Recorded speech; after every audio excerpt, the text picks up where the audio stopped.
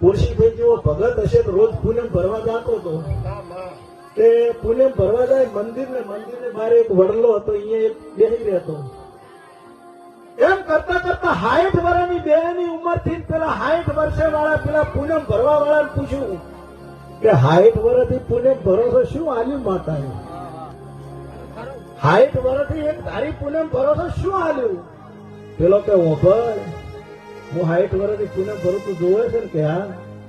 તો પૂનમ ભરતો હું પહેલી પૂનમ હેડતો આવ્યો હતો, બીજી વખત બસમાં આવ્યો, ત્રીજી વખત રિક્ષામાં આવ્યો, ચોથી વખત બાઇક લઈને આવ્યો, પાંચમી વખત અલ્ટો લઈને આવ્યો અને આ 10મી વખત ફોર્ચ્યુનર લઈને આવ્યો છે. એનાથી બીજું જોવે શું?